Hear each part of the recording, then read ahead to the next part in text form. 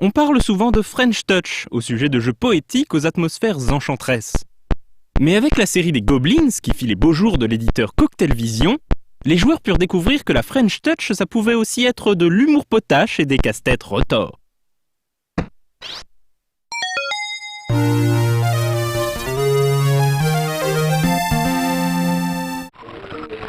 Goblins, avec 3 i, commence par une scène burlesque.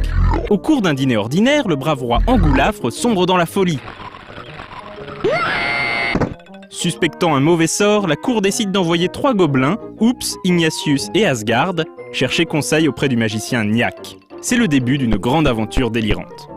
Si l'interface de Goblins le rapproche de point and clicks plus classiques, son déroulement est assez particulier. Chaque tableau est en réalité un casse-tête qui ne peut être résolu que grâce à l'observation minutieuse des décors et l'expérimentation. Pour triompher, il faut trouver la bonne séquence d'action qui permettra aux gobelins d'atteindre leur objectif. Ce qui complique la tâche du joueur, c'est que chacun des gobelins a une capacité propre. Oops, le plus polyvalent, peut ramasser un objet pour l'utiliser ailleurs. Ignatius peut exercer ses pouvoirs magiques sur divers objets avec des conséquences souvent inattendues. Enfin, Asgard, l'homme fort du trio, peut distribuer des coups de poing et grimper aux cordes. Évidemment, le danger rôde sur le chemin et le joueur devra surveiller la jauge d'effroi de ses gobelins. Si ceux-ci sont trop terrorisés, le tableau se solde par un échec. Goblins fut imaginé par la game designer antillaise Muriel Tramis, à qui l'on doit également des jeux aussi éclectiques que Freedom, Fascination ou Lost in Time. Le style graphique unique du jeu venait quant à lui de l'artiste Pierre Gillode. L'association de leurs talents respectifs fut l'origine de la réussite de Goblins, un jeu aussi malin qu'il est tordu.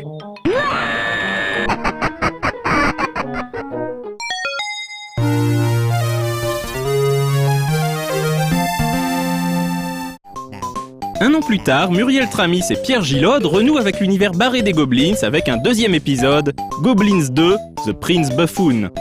Le titre a perdu un i, et ce n'est pas un hasard puisqu'au début du jeu on n'incarne pas 3 mais seulement 2 gobelins.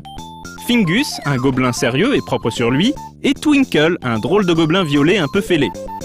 Leur mission est de sauver le fils du roi Angoulafre, enlevé par le terrible démon Ammoniaque. Goblins 2 se rapproche davantage d'un point and click classique. Le joueur peut circuler librement entre les tableaux et aura besoin d'un objet trouvé dans l'un pour résoudre l'énigme d'un autre. Les 2 gobelins partagent un inventaire et ne sont donc plus limités au transport d'un objet à la fois. Il n'est également plus possible de mourir et le joueur dispose de 3 jokers pour le débloquer si jamais il se trouvait coincé. Bien qu'un peu moins original que l'épisode fondateur, Goblins 2 est un excellent jeu d'aventure puzzle dans lequel on retrouve l'ambiance unique insufflée par les dessins de Pierre Gillode.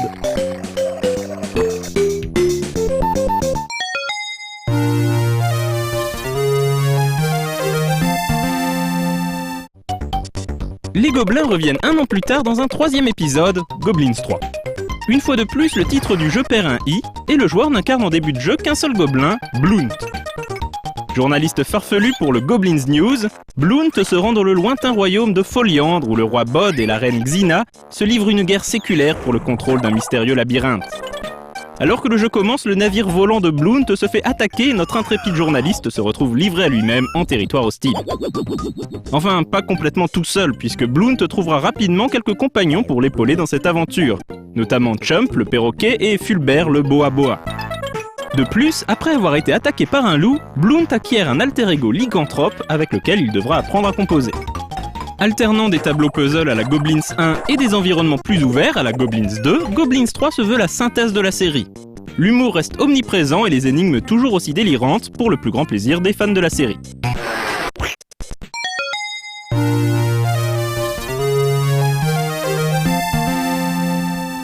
Au cœur d'une jungle, ils découvrirent les bouzouks. Pierre Gillode et Stéphane Fournier co-scénarisent un autre jeu basé sur le même moteur que Goblins mais au gameplay un peu différent. Ce nouveau projet est toujours dirigé par Muriel Tramis. Il s'agit de Woodruff et le Schnibble d'Azimut. Sous ce titre invraisemblable se cache une petite merveille de point and click. Woodruff prend place dans un univers post-apocalyptique. Les humains sont sortis de leur caverne et ont réduit en esclavage les mutants bouzouks qui peuplent la surface. Nous autres bouzouks sommes exploités et opprimés. Ils prennent également le contrôle de la cité verticale de Vlur-Schnabalksnakl. Le professeur Azimut s'apprête à mettre au point un dispositif capable de maîtriser le temps, mais il est arrêté par le malfaisant Déconnétable. Azimut a tout juste le temps d'utiliser sa machine sur son fils adoptif Woodruff pour accélérer sa croissance jusqu'à l'âge adulte. Livré à lui-même dans la grande cité, Woodruff va devoir suivre les indices laissés à son intention par son papa chéri et percer le mystère du Schnibble, un mot qui lui trotte dans la tête mais dont il n'a aucune idée de ce dont il peut bien s'agir. L'univers absurde de Woodruff ne peut qu'évoquer celui des Shadocks, et ce n'est pas par hasard que dans la version française du jeu, c'est Claude Pieplu lui-même qui fait office de narrateur. Les humains avaient pu enfin quitter les entrailles de la Terre. Le jeu bénéficie également des talents vocaux d'acteurs tels que Patrick Préjean, Edgar Givry ou encore Micheline Dax. Woodruff était un festival graphique bourré d'animations hilarantes et de détails truculents. On se rappelle encore du célèbre gag du collecteur d'impôts, petite merveille d'humour de répétition. Avez-vous payé l'impôt sur la sédation et les odeurs corporelles? Le jeu de Pierre Gillotte souffrait toutefois d'une difficulté peut-être trop élevée qui en découragea plus d'un à une époque dénuée de solus sur internet.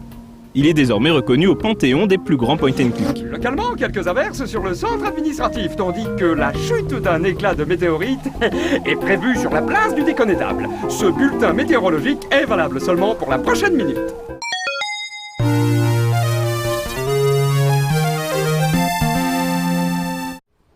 En 2009, Pierre Gillotte réalisa un 4e épisode de Goblins, renouant avec les 3 gobelins d'origine, mais renommés Choups, Tuco et Père Louis. Réalisé en 3D, le jeu attend toujours une sortie française, un comble. Les Gobelins ont également trouvé un héritier inattendu au Japon. Le jeu Zack et Wiki de Capcom sur Wii possède en effet de nombreux points communs avec l'univers et le gameplay de la série de Pierre Gillotte et Muriel Tramis.